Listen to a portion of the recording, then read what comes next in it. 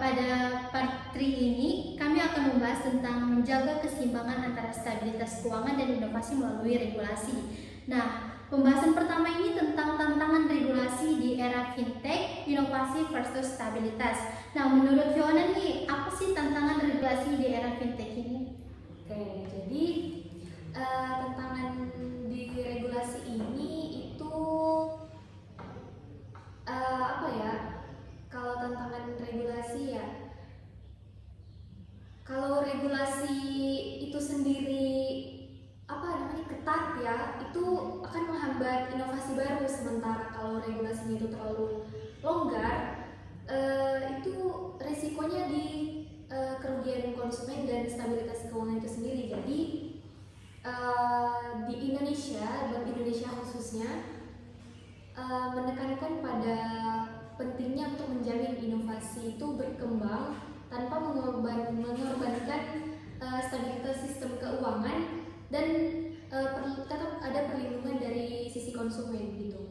Oh, jadi saya tarik kesimpulan nih bahwa ternyata hal tersebut itu bisa mempengaruhi kestabilan dalam stabilitas keuangan. Betul, terima kasih. Kan saya sudah bahas tentang tantangan dari regulasi ini.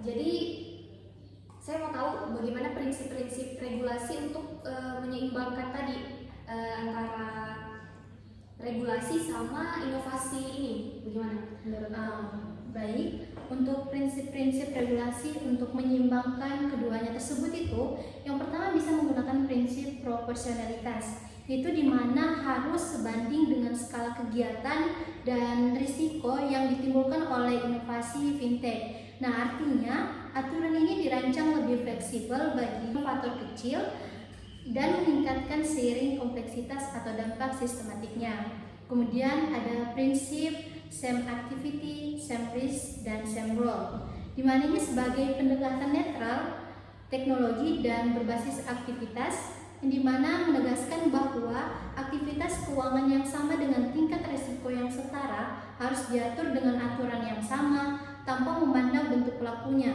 Nah, tujuannya ini adalah level playing field, yaitu kesetaraan aturan antara bank tradisional dan pelaku fintech. Kemudian yang terakhir menggunakan pendekatan berbasis prinsip dan berorientasi outcome. Nah, ini berbeda dari rule based, di mana prinsip based regulation menetapkan standar tinggi dalam bentuk prinsip umum atau outcome yang diinginkan, alih-alih prosedur teknis yang kaku. Nah, selain itu juga ada trade-off yang mendorong inovasi dan mencegah risiko sistematik. Nah, di mana peningkatan kompetisi dianggap positif karena memacu inovasi dan meningkatkan kualitas layanan serta menurunkan biaya bagi nasabah. Namun, para ekonom mencatat bahwa lebih banyak kompetisi dapat mengurangi stabilitas keuangan dan perlindungan investor. Kemudian, regulator modern juga ini harus mengakui potensi konflik ini secara eksplisit. Nah, ada juga pandemi dan boom aset yang mendorong inklusi keuangan dalam memanfaatkan teknologi baru, namun di sisi lain juga membawa risiko baru. Dan terakhir itu merancang regulasi yang memberi kepastian hukum dan kepercayaan konsumen sehingga inovasi ini juga justru tumbuh subur karena publik merasa aman. Baik, kan saya tadi sudah menjelaskan itu tentang prinsip dan trade-off-nya. Kemudian Suci, apa sih menurut instrumen kebijakan untuk menjaga keseimbangan? Oke, mungkin bisa saya bantu menjelaskan ya. Untuk menjaga keseimbangan stabilitas keuangan ini, yang pertama itu menggunakan regulatory sandbox yang di awal sebelumnya sudah kita jelaskan, di mana regulatory sandbox ini adalah uji coba layanan atau model bisnis di lingkungan yang terbatas, gitu.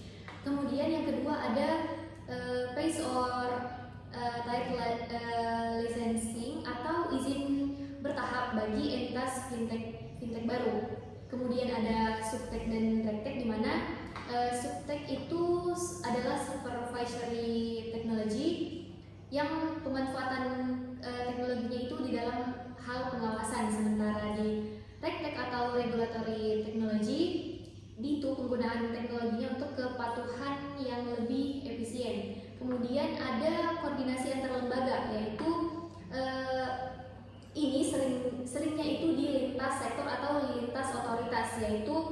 kerjasama antara regulator yang sangat erat.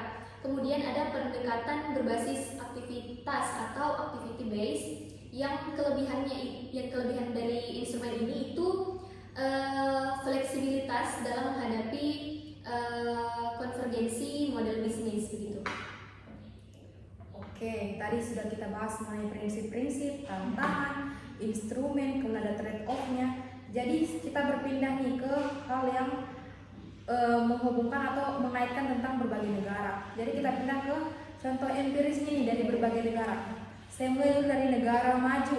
Kita tahu kan kalau Inggris merupakan pionirnya. Jadi Inggris atau UK ini menggunakan pendekatannya sudah tahu pasti ya, principle based. Sedangkan Singapura mungkin bisa jelaskan menggunakan apa? Nah, tadi juga saya sudah menjelaskan Singapura bahwa ini merupakan suatu negara yang kecil yang sangat pro inovasi terhadap regulasi fintech. Nah, di mana ini mereka menggunakan otoritas moneter Singapura yang regulatornya itu terpadu atau tunggal. Oke. Sekarang saya pindah lagi nih ke negara maju lagi. Ada Uni Eropa. Jadi Uni Eropa ini menggunakan kombinasi antara principle based dan juga rule based. Bagaimana kalau Brasil tersendiri? Mungkin bisa dijelaskan Fiona. Jadi untuk Brasil tadi kan saya sudah jelaskan. Jadi di Brasil itu memanfaatkan inovasi finansial yang melalui perluasan kebijakan yang prudensial dan terstruktur oleh Bank Sentral Brazil.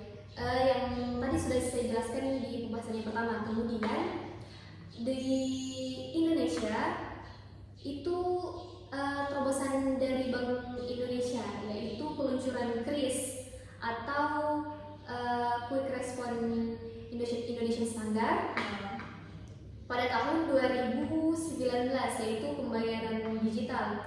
Nah, selain dari KRIS ini ada juga BI Fast yaitu infrastruktur real time payment yang beroperasi selama 24 jam per minggu. Saya mau tambahin nih. Jadi selain Bank Indonesia juga ada juga OJK. Jadi OJK itu dia mengawasi fintech di keuangan seperti pada pengawasan peer-to-peer lending atau P2P. Terus juga ada ini itu telah ditetapkan pada peraturan pertama POJK tahun nomor 77 pada tahun 2016. Kemudian juga OJK ini mengatur inovasi equity crowdfunding. Sudah dibahas tadi juga masalah crowdfunding atau masalah bisnis kecil kan. Terus ada digital banking juga tadi sudah dibahas. Terus mengenai insurtech juga. Kemudian juga ternyata mengawasi juga namanya trading aset kripto. Jadi kunci keseimbangannya ini regulator dan sandbox ini ada pada proaktif dan adaptif dalam pengawasan finansial teknologi, teman-teman. Jadi inilah merupakan kesimpulan atau akhir dari pembahasan kami mengenai apa Fiona? Regulasi dan kebijakan finansial teknologi. Oke teman-teman, itulah tadi diskusi mengenai regulasi dan kebijakan finansial teknologi. Semoga apa yang kami sampaikan bisa bermanfaat untuk kalian.